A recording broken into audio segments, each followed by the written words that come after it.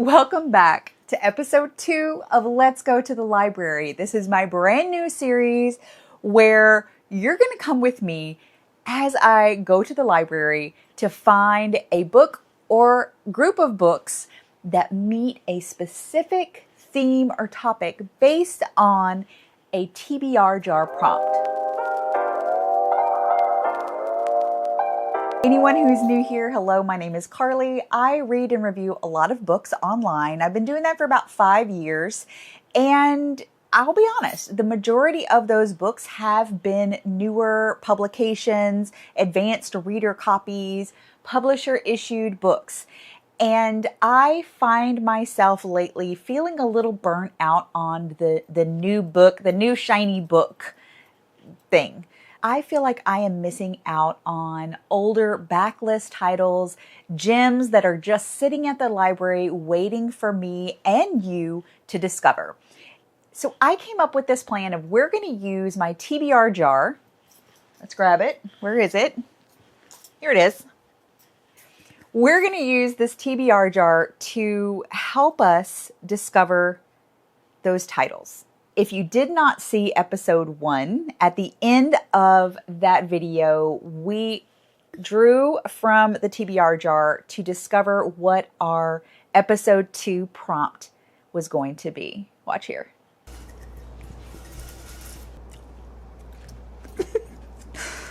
A book that features a teacher or professor. The goal of each of these episodes is to not only discover one book that I'm going to read, vlog, and review, but it's also to discover other books that meet that criteria. So essentially, I'm creating a list of books that are themed around that prompt. So as you now know, we are reading a book about a teacher or professor as a main character in this episode.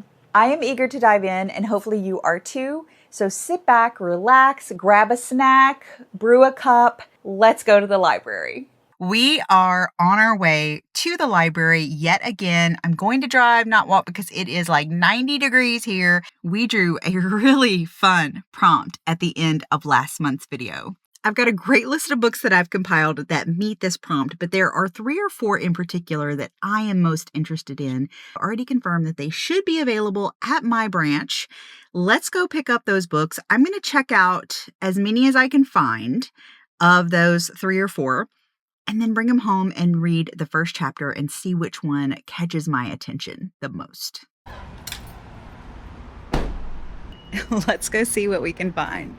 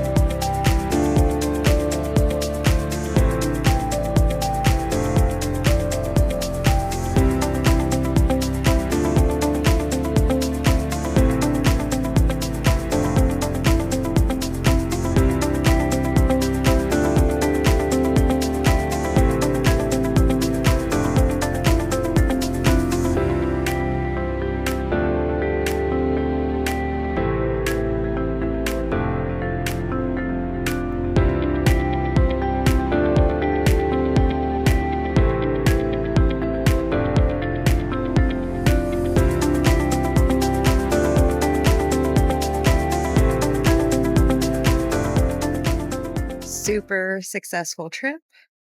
Got all 4 books that I wanted. Now we're going to have to choose which one I'll be reading. My plan is to read the first chapter, maybe 2, see which one really sinks its hooks into me. I'm going to vlog that reading experience and of course tell you guys all about my thoughts at the end. Can't wait. Hi.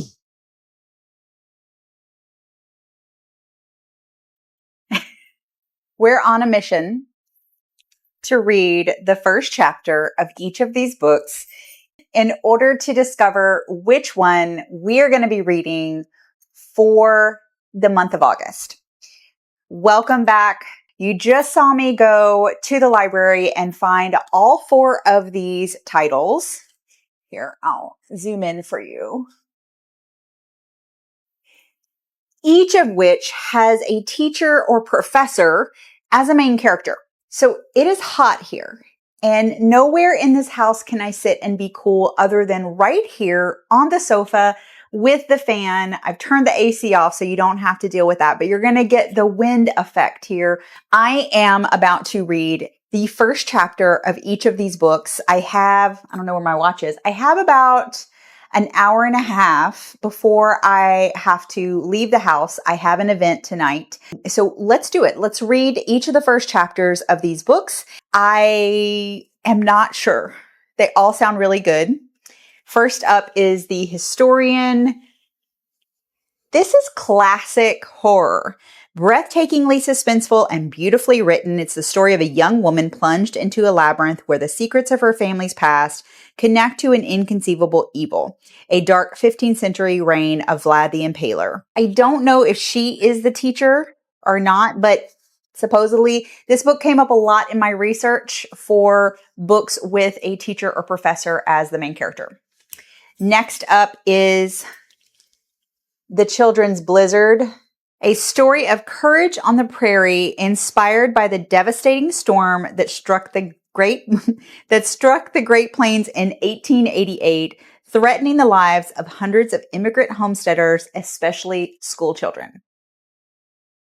Another strong contender is Half Broke Horses by Jeanette Wells. I have read one of Wells's other books, and really enjoyed it. This is the story of her grandmother told in first-person voice that's authentic, irresistible, and triumphant. It is not a memoir, but it is, from what I understand, told in like a memoir style. Oh, and it has a picture of Grandma in it. Oh! Okay, a true life novel is what it's called. True life novel. Lastly, and you know what? It wouldn't surprise me if this ended up being the book. I love the cover.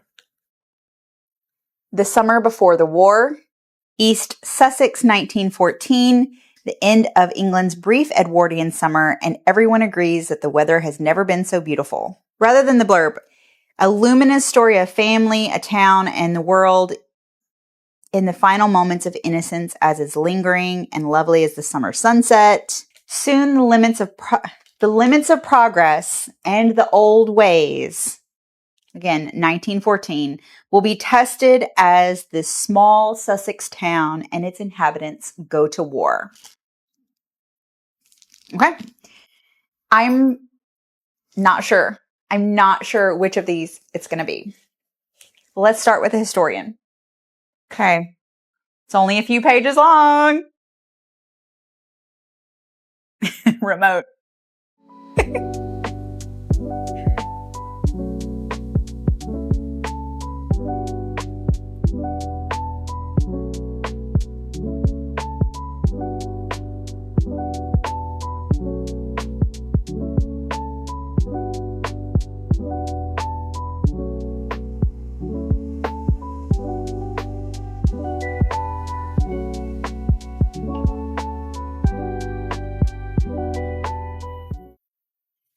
Okay. Chapter 1 of The Historian. So it's told from the point of view of a young woman who I think she's telling the story from the perspective of she's older now. She's looking back on this situation as an older woman, kind of looking back on her youth. She herself is the academic in the book. And she's the daughter of a diplomat living in Amsterdam And she's discovered some papers in his library one day while he is traveling abroad, or traveling. And they allude to an evil. And at the end of the chapter, she finally confronts her father. She wants to know more about these papers that she found. It's the perfect cliffhanger for a chapter. I want to know his response. It's very atmospheric so far. The two of them have left Amsterdam and are in an Eastern European country, Slovenia specifically. And I don't know, it just sounds like it might be perfect for Summerween. I do have some other Summerween books planned, so not so sure about that one. So let's move on. First chapter of the Children's Blizzard. Okay. There's some intro stuff that I'm not reading that I probably should. Oh my goodness, this is going to be a long one. Okay. Oh, you guys. This one. This is going to be good.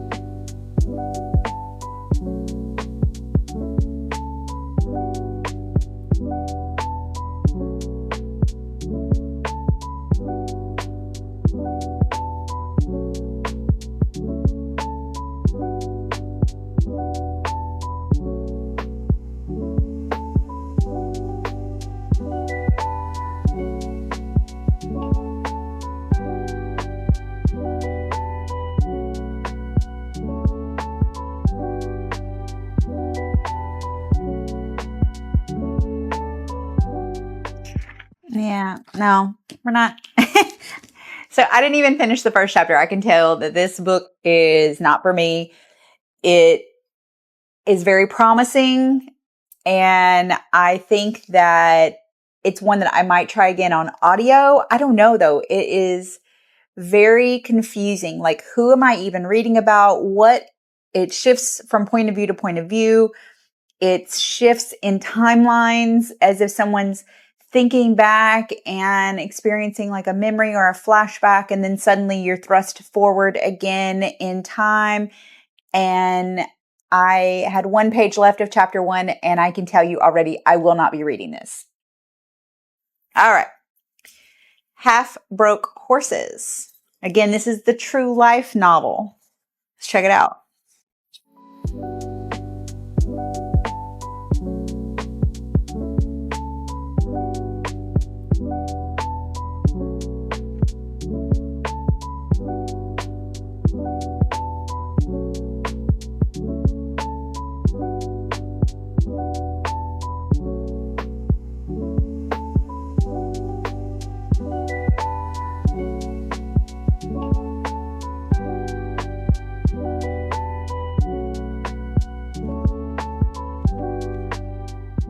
Okay.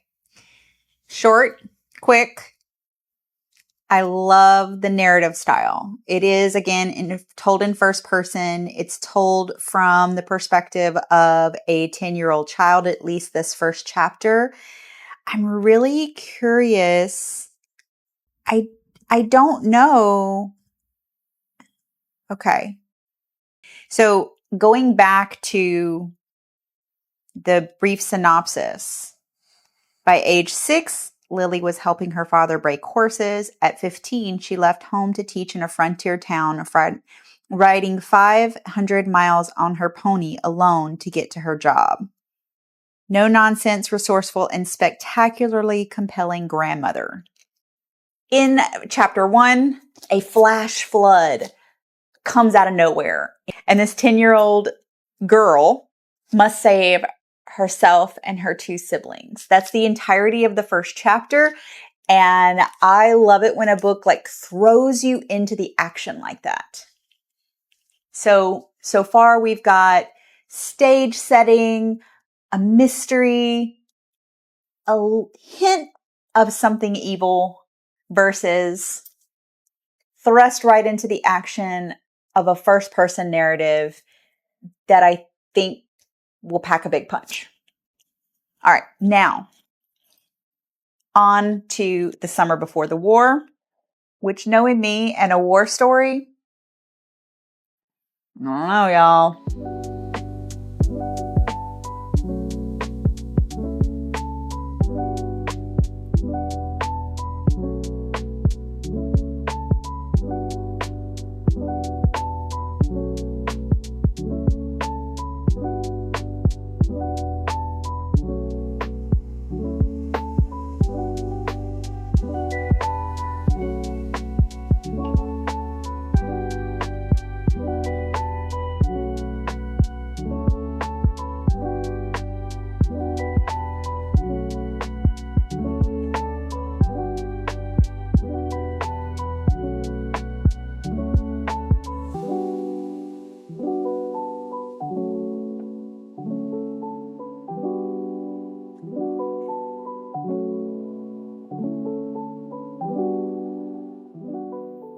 Okay.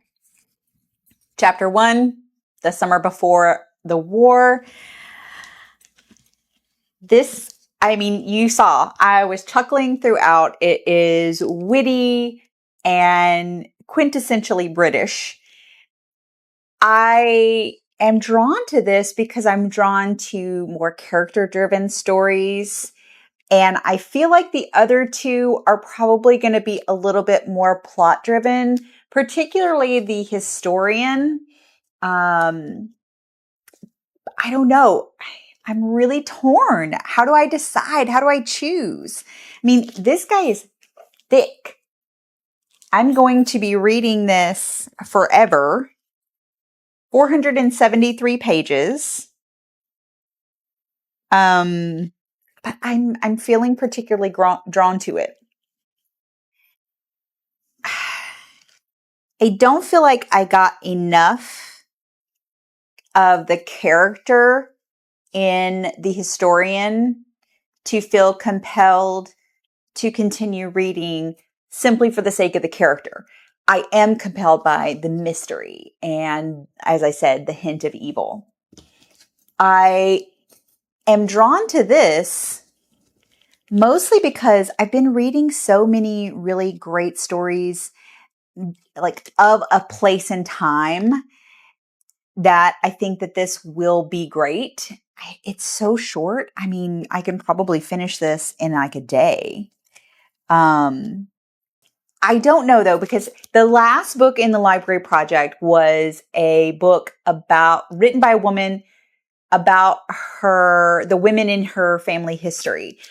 That is exactly what this is. So I think I'm going to put that aside just because I want something a little bit different for the sake of the library project. I think I'm going to read this, The Chunky Monkey. What is that? What does that say about me? I don't know. This felt like, that first chapter felt like some type of BBC style movie or miniseries. And I'm kind of drawn to that. I don't know. I may be making a bad choice. I don't know. Let's see. Goodreads to the rescue. It's going to come down to 2 books and it's going to come down to the Goodreads rating. Okay. The Summer Before the War. A 3.79. Too long, some people say. Superfluous. Here's a 5-star review. The historian gets a 3.80. Are you kidding me? These 2 books are 0.01 difference in ratings. Seeing lots of 5 stars. I'll never understand the need for such a lengthy book. I mean, do people just not avoid, got to be one of the most disappointing books I've read in a long time. I don't know, guys. I'm feeling drawn to this. And I think that's because I'm going to be reading Dracula. So I think that this would feel a little overkill while I'm reading Dracula. So we have a winner. The Summer Before the War by Helen Simonson, author of Major Pettigrew's Last Stand. This was originally published in 2016. Okay. Winner, chicken dinner. It's on.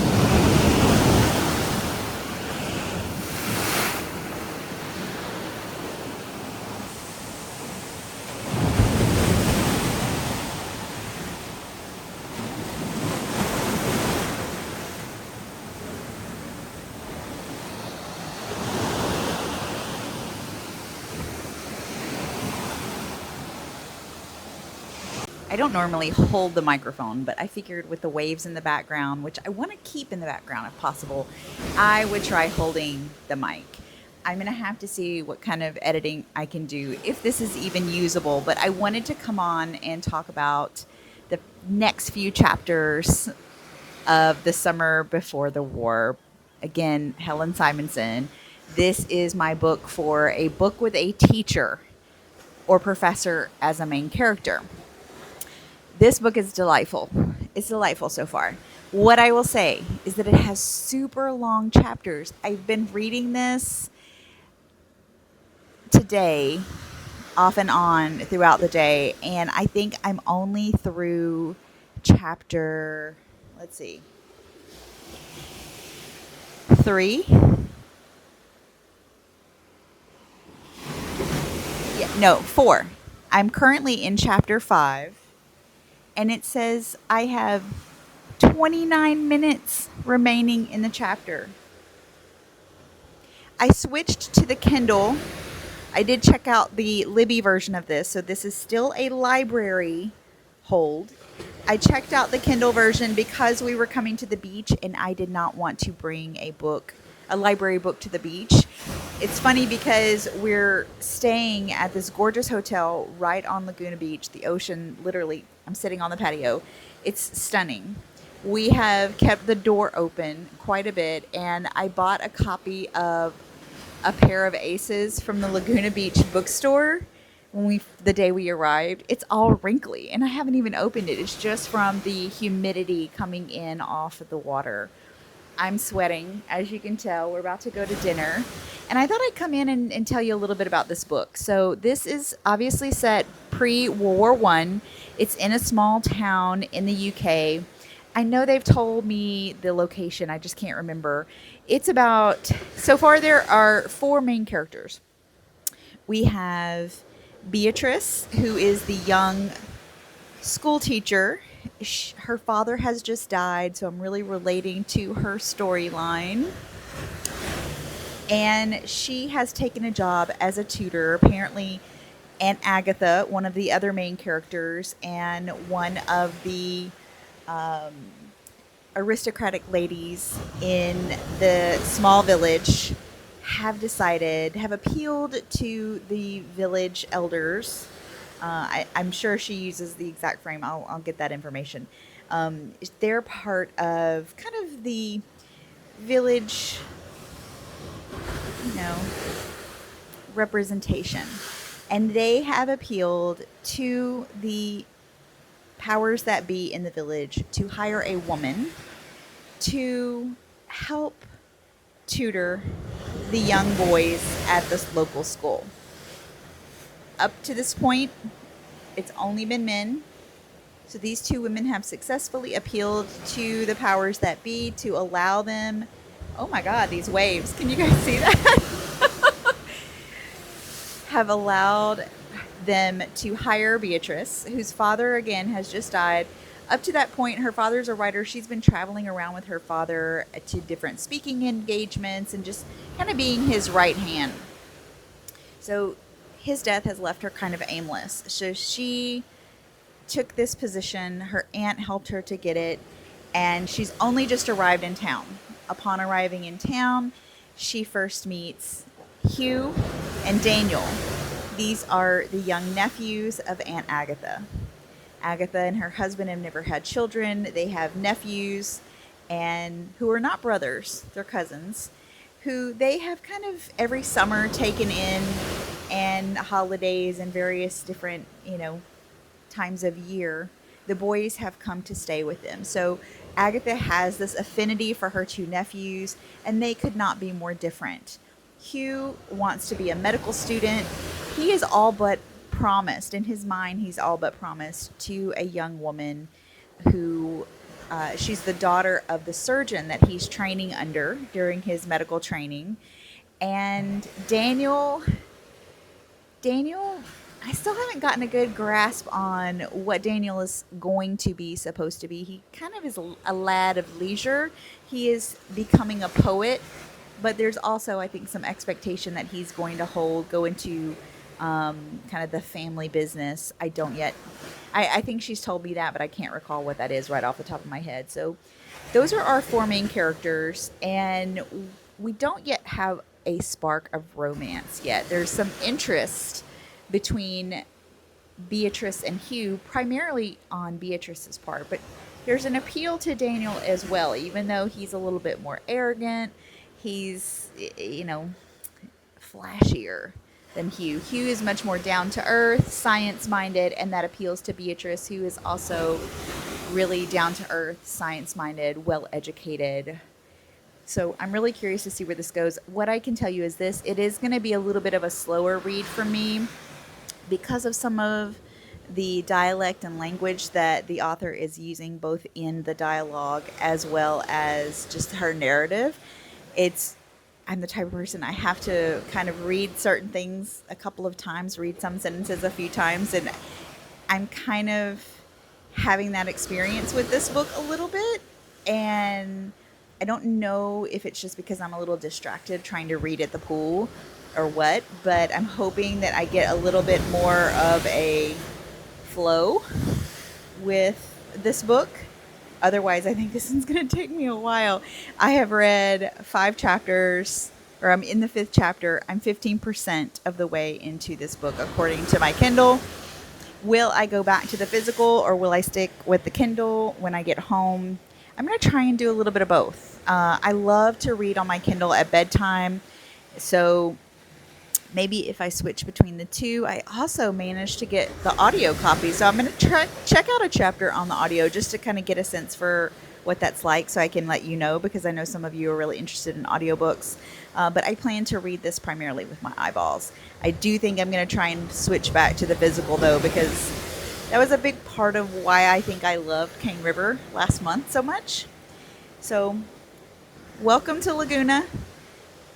This book so far, I'm really enjoying. I'm loving the author's ability to really draw you into this kind of upper middle and even aristocratic. I guess it's not upper middle, it's aristocratic, because there are servants. At one point, Aunt Agatha describes her favorite time of day is to go downstairs into the kitchen before anyone else wakes up, and it's just her and the cook. And there's no kind of upstairs, downstairs boundary. It's just 2 women waking before everyone else, sharing the first cup of the day. And I thought that was really interesting. The idea of like having servants in your home, like, while I would love someone else to clean my floors, that would be so awkward every day. I don't know. So hopefully you enjoyed some time at the pool with me. This resort is absolutely amazing. It's called Surf and Sand. It's been here for a very, very long time. We had an amazing meal here last night. If you were ever coming to Southern California, or if you live in Southern California, you're looking for a place to celebrate, this is an amazing spot. So yeah, got to go to dinner.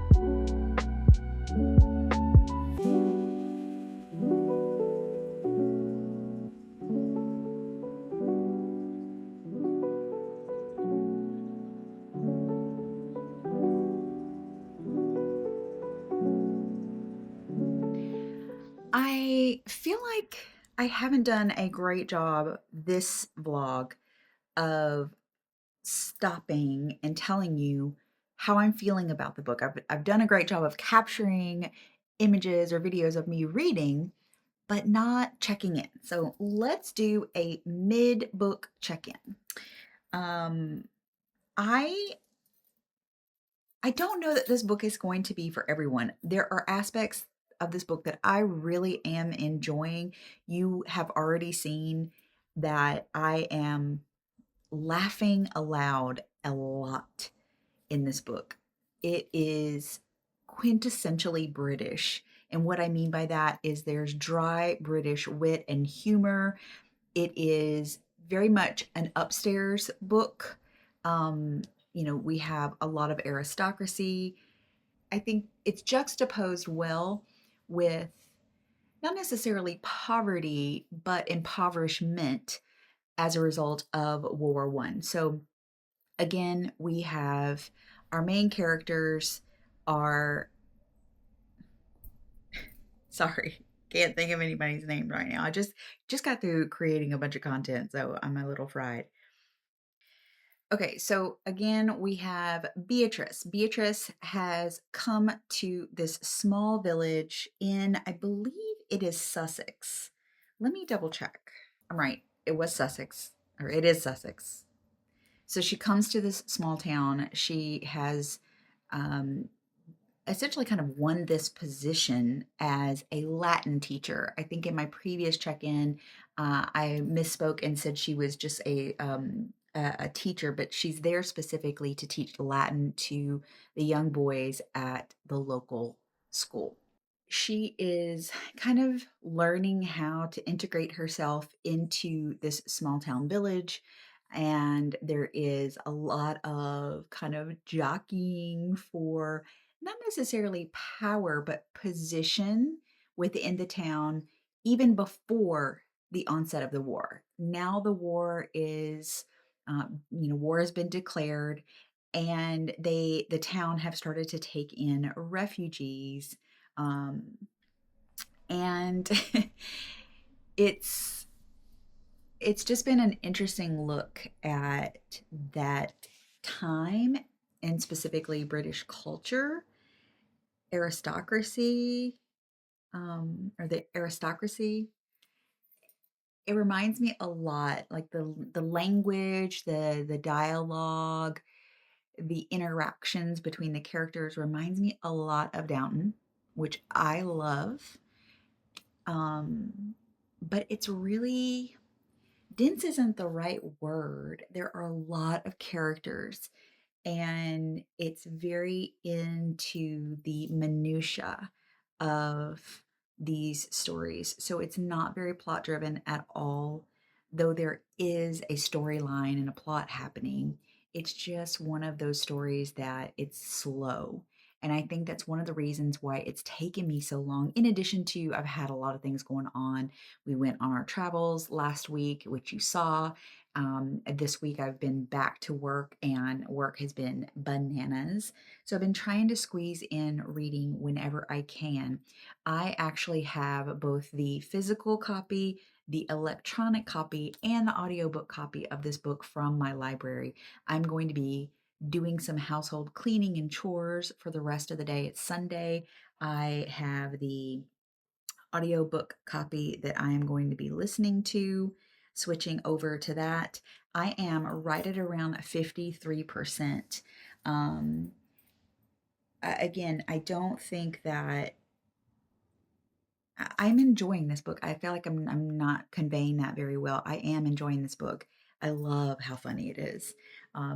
I'm really curious to see where the relationship between Hugh and Beatrice. So Hugh is the nephew of Agatha, and Agatha is the aristocratic woman who helped to bring Beatrice into this position. She and her friend Lady Emily really advocated to the kind of local powers that be that they wanted a woman, that a woman could do this job. She could teach Latin, and they wanted specifically a woman to come in and take this role.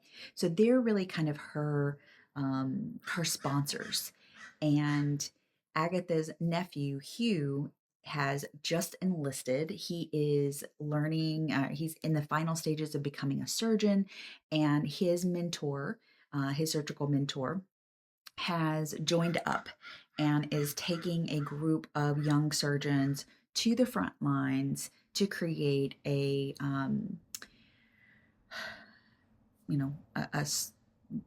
field operation there.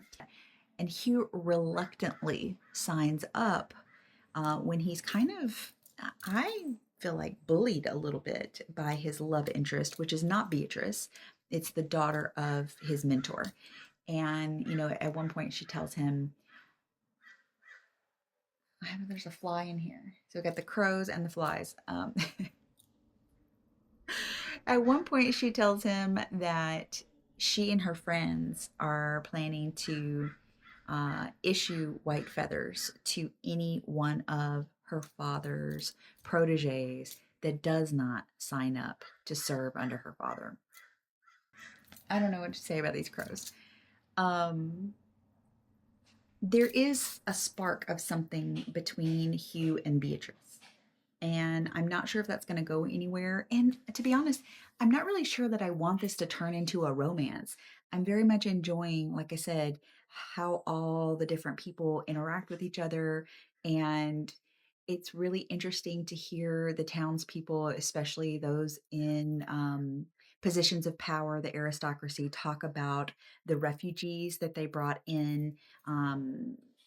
So that's been interesting. It's almost, that part has been almost a little off-putting, but not in a way that makes me want to put the book down. It's just kind of like, ooh, cringe. The other nephew, Agatha's other nephew, Daniel, I think there's a little bit going on with his storyline, and I'm just starting to scratch the surface of that. He is a poet and is eager to make a name for himself in the world of poetry and art.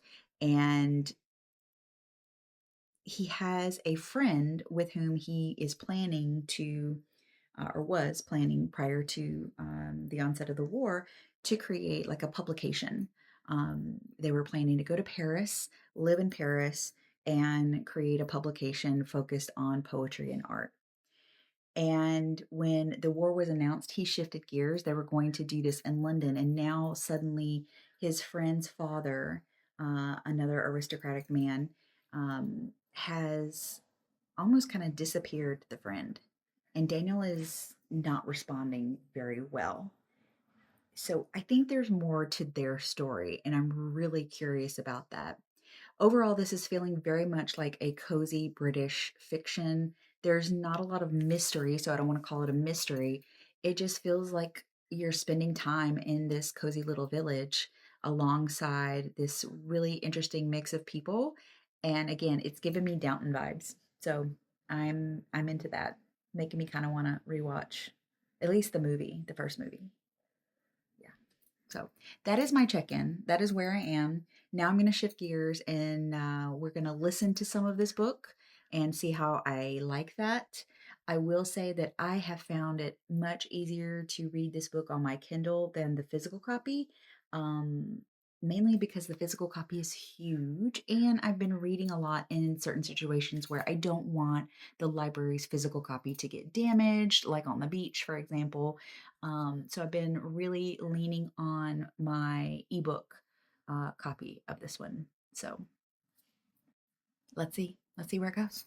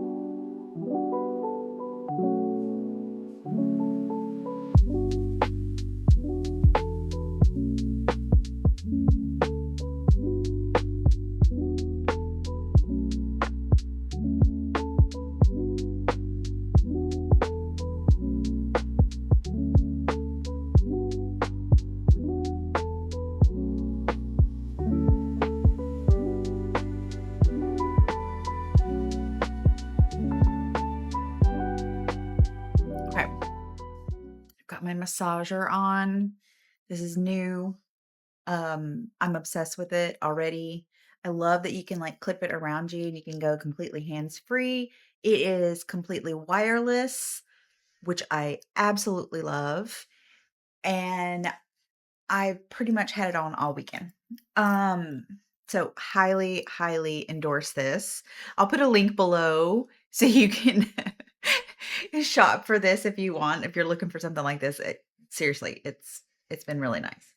I want to catch you up. I listened to quite a bit while I cleaned the house and reorganized our patio, which you got to see. The entire building was recently repainted, including our patio, the actual like floor or deck of the patio. So as you can imagine, everything had to be kind of upended for almost an entire week or more. Actually, probably almost close to 10 days.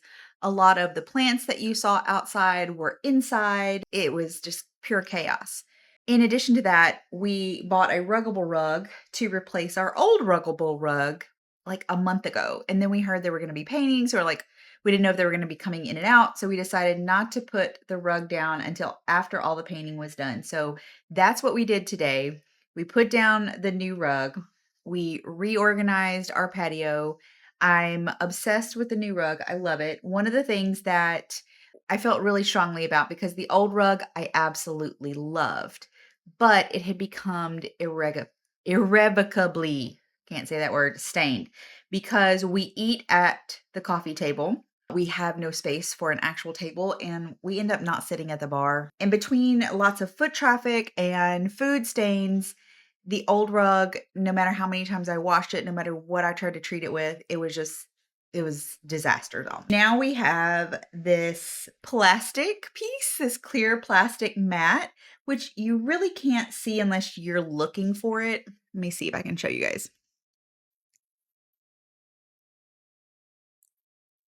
So this is the mat.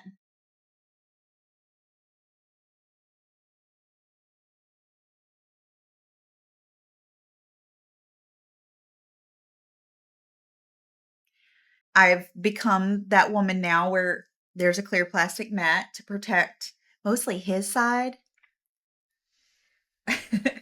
Anyway, enough about what's been going on today. Let me tell you about the book. Like I said, listened to quite a lot. I've read quite a few pages since, while enjoying having my hammock back.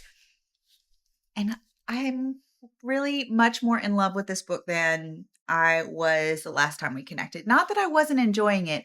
I think that since then, it's really taken a twist where it is now, there is an urgency, because what I suspected was going to happen has happened. There is a spark, and that spark has gently started a flame between Beatrice and Hugh. It's really now giving me kind of Jane Austen type vibes, and I love that. Uh, it's still very Downton. I can imagine, I can envision, I should say, the fete that they just had and the ball that they just had. I can see it in my mind's eye, and there is now not necessarily a mystery, but a scandal. And I won't tell you anything about the scandal because I don't want to ruin anything.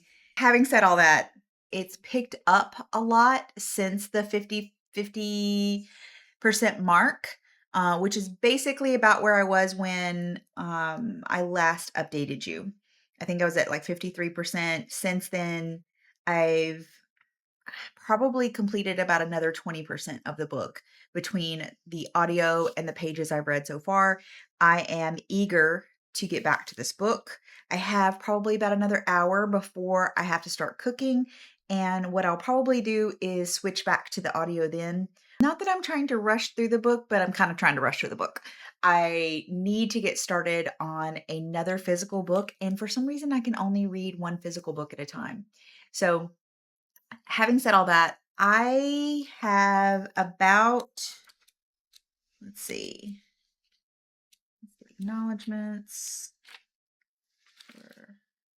122 pages left I think I can finish that this evening. If not, then I'll finish it in the morning and come back with, of course, a final review.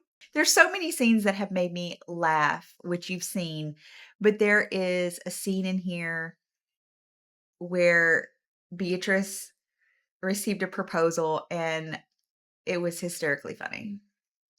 I'm very much enjoying this book. Let's just say that. So now I'm going to relax with my massager. I have my glass of iced tea because my eyelids are drooping and it is not even yet 6 o'clock.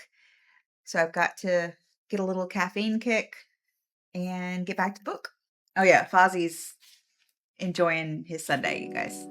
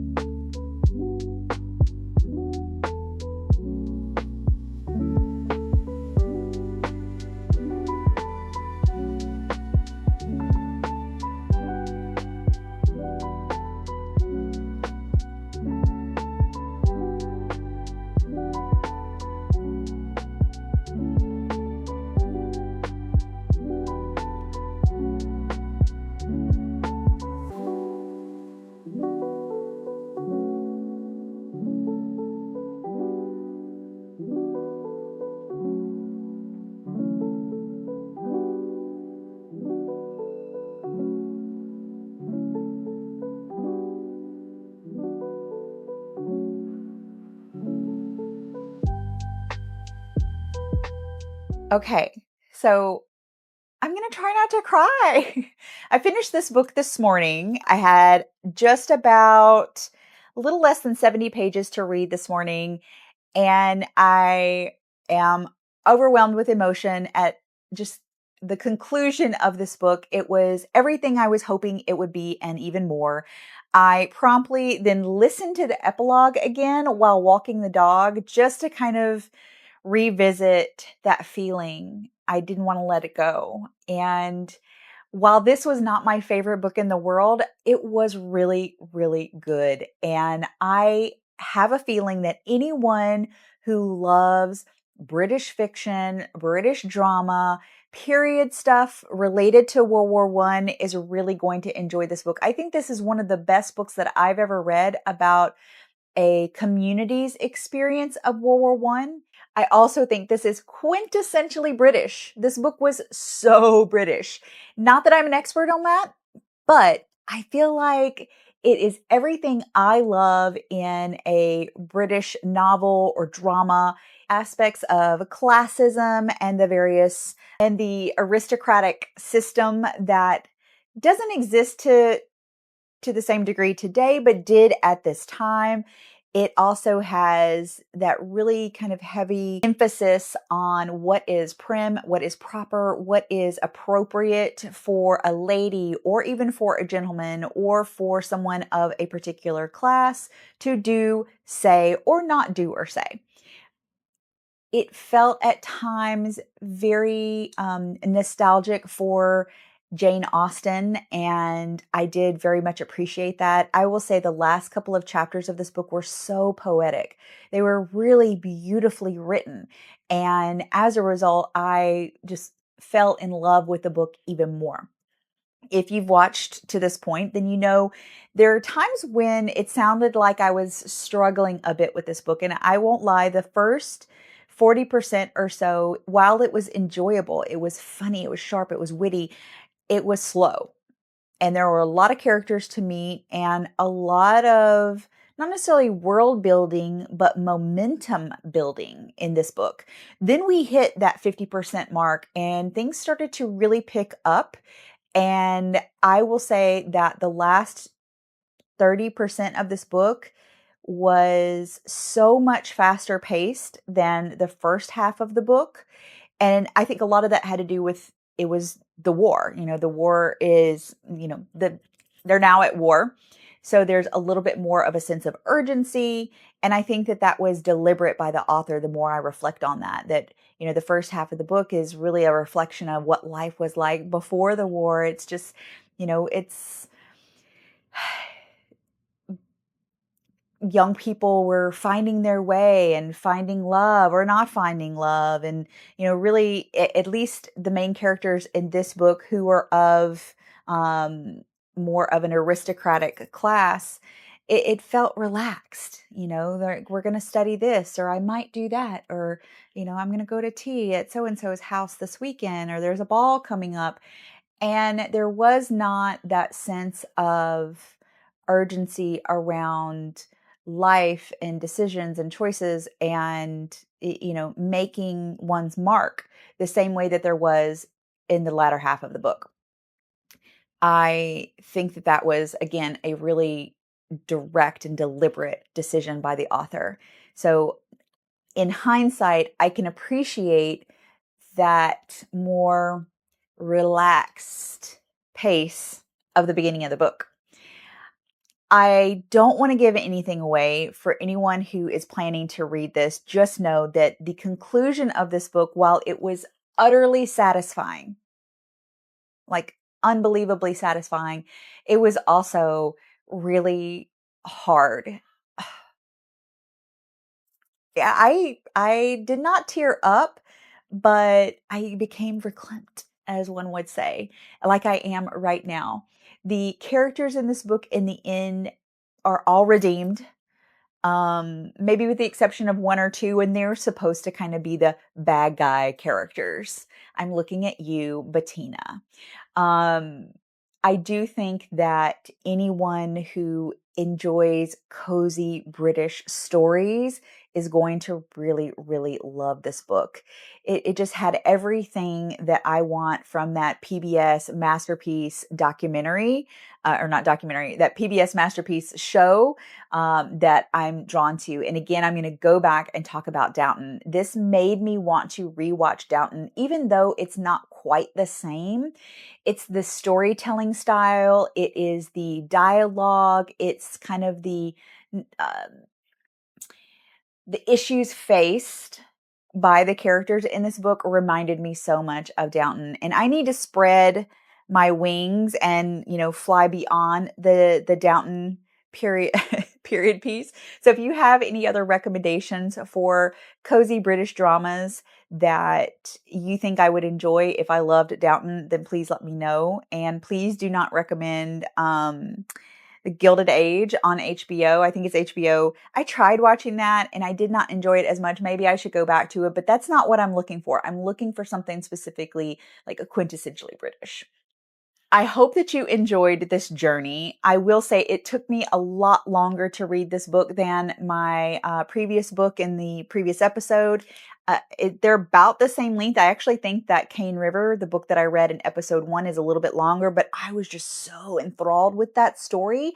And I did not have that same experience with this book until the last 30%. I do think that picking up the audio the way that I did help. So if you pick this up and you're finding it a little bit of a slow slog, I would say try switching to audio, though I will be honest, there are a lot of characters. So if you struggle with audiobooks with a lot of characters, just know that going in that maybe the audio isn't going to be for you. I liked having all three um, formats. Yeah, I haven't had enough coffee today, I think. I loved having all three formats, and I count myself lucky to have the Los Angeles library system available at my fingertips to do exactly that. I had the ebook and the audiobook on Libby and the physical book. I do think I enjoyed the physical book most of all. As I said in the check-in, I did find myself gravitating to the ebook only for ease because we had a lot going on the past couple of weeks. So I didn't want to take the library's physical copy with me, like I said, to the beach or the ballpark.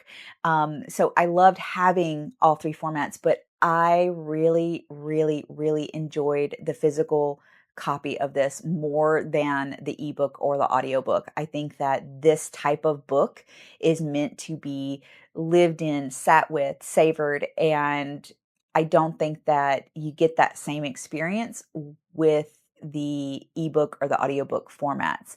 One of the things that I find really interesting about this project is it's kind of changing, and this is only episode 2, so go with me here. I find that it's really piquing my interest again and maybe changing my perspective a little bit about physical books. I am surrounded by physical books, but I think as part of my efforts to read as much as possible and review as much as possible over the past 5 years, I've really, not been drawn to physical books because it takes me so much longer to read them. I don't know why.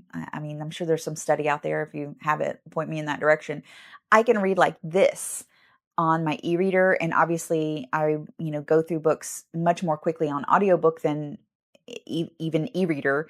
So I think I've just kind of naturally been drawn to those other formats in an effort to do as much as possible in that review space.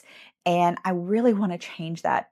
Stay tuned for an upcoming video where I talk about how some plans that I have just for all of my reading, for all of my platforms, that aligns very much with what I'm talking about right now. Would I read other things by Helen Simonson? Absolutely, yes. I am very eager to read Major Pettigrew's Last Stand. That is her, I don't know if that's her first book, but that is her most famous book. And I have a feeling that it will probably be just as good, if not better. She's very, very funny. I found myself laughing a lot in this book, and I was surprised by that. I'll be honest. I did not expect that going in. I also really fell in love with these characters. I did not want to say goodbye to them in the end. There is some really heartbreaking things that happen in the last few chapters of the book that I just, uh, it was hard. It was hard to let go and say goodbye to these characters. I really did enjoy this. I think I would, if I had to rate, if you're, which that's what we're supposed to do. I would definitely give this a 4 to 4.5 star rating. Probably leaning more toward that 4.5 star. I could not give this I could not in good conscience give this a 5-star rating because I struggled so much with the first half of the book. Though, as I said before, looking back, I do think that that was purposeful. I did really enjoy this, and I highly recommend it, especially if you love cozy British fiction and cozy British drama. Again, I think this is a great book for you. So I filmed much of that review, and then out walking the dog on my lunch break, I realized that I didn't really talk at all about Beatrice as a teacher, which was kind of the whole point of this whole experiment. So 100% recommend this book if you are a teacher and are looking for some representation in the book. Though teaching and the classroom setting wasn't the bulk of the book, it definitely played a big role in the book. One of the characters that I haven't yet mentioned is one of Beatrice's students that she tutors during the summer and then later has in the school year. He's in her classroom. And I don't want to tell you a whole lot about this character because he is a kind of pivotal character in the story and the storytelling. You don't realize it at first, but toward the end of the book, he plays a big role.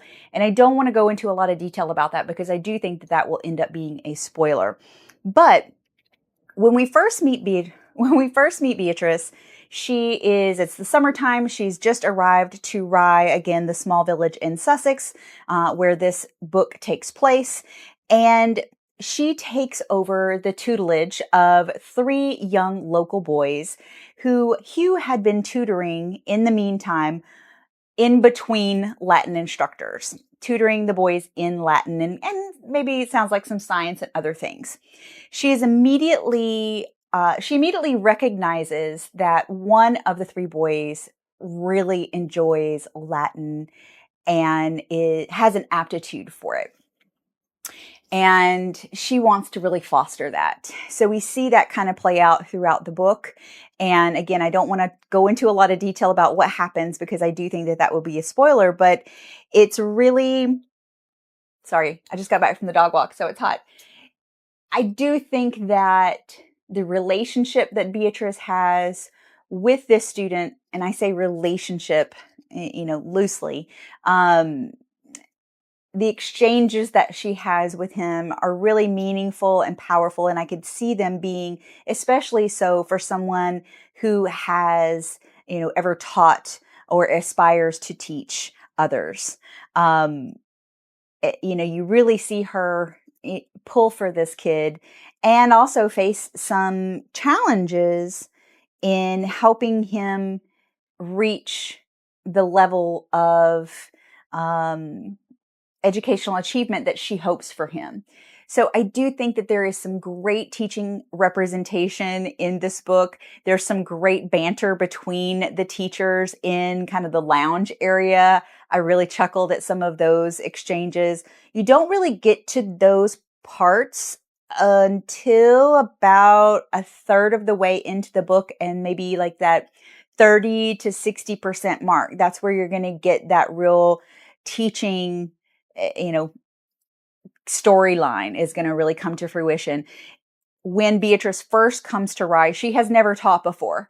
And, there's some initial kind of jitters about it, but she is really eager to test herself in that way. I did appreciate the teaching or teacher representation in this book very much. And I do think that it, along with some of the other books on the list below, also have that great teaching representation. I want to hear from you. Number 1, are you a teacher? Number 2, have you read books about teachers, historical fiction books, I should say, that you would recommend to others?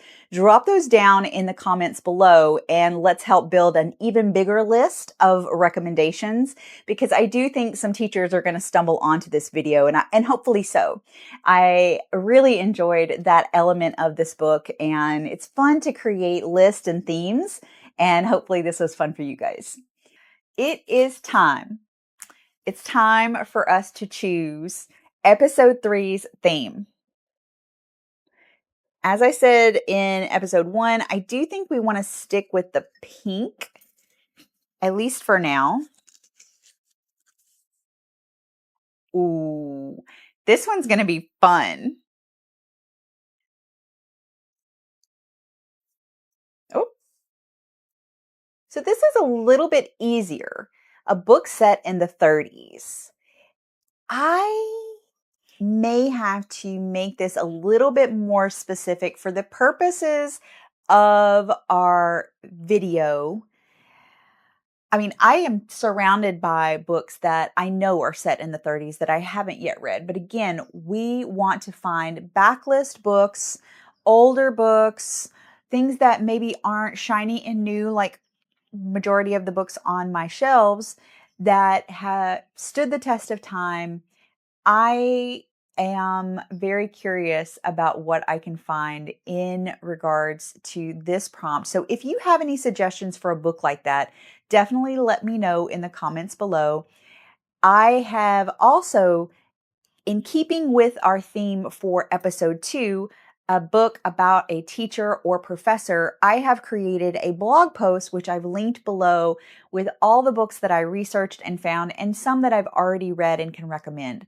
So definitely check that out if you are looking for more books like The Summer Before the War that feature a teacher or a professor. I had so much fun with this episode, and I cannot wait to dig into our new theme. Again, a book set in the 30s. And yeah, I think this is going to be so much fun. Thanks so much for your support. Thank you for watching and, being here at the end of this video. I really do want to encourage you to subscribe and stay tuned. I'm going to be doing this at least once a month, if not more often. I'm very much enjoying my time with my library books and the kind of overall adventure of researching a theme, going to the library, finding books associated with that theme, and reading and vlogging those. I wanted to do something a little bit different with regard to vlogging. I don't have a super exciting life, so it was fun to take you guys along with me on some of the more exciting things that I did this past month. But overall, I don't have a super exciting life to vlog every day. So it's fun to do that in relation to a specific theme or book that I'm reading. Again, thank you so much for being here. I love historical fiction, and if you've watched this to the end of the book, if you watch this to the end of the video, I know you do too. So be sure and subscribe and stick around. Happy reading.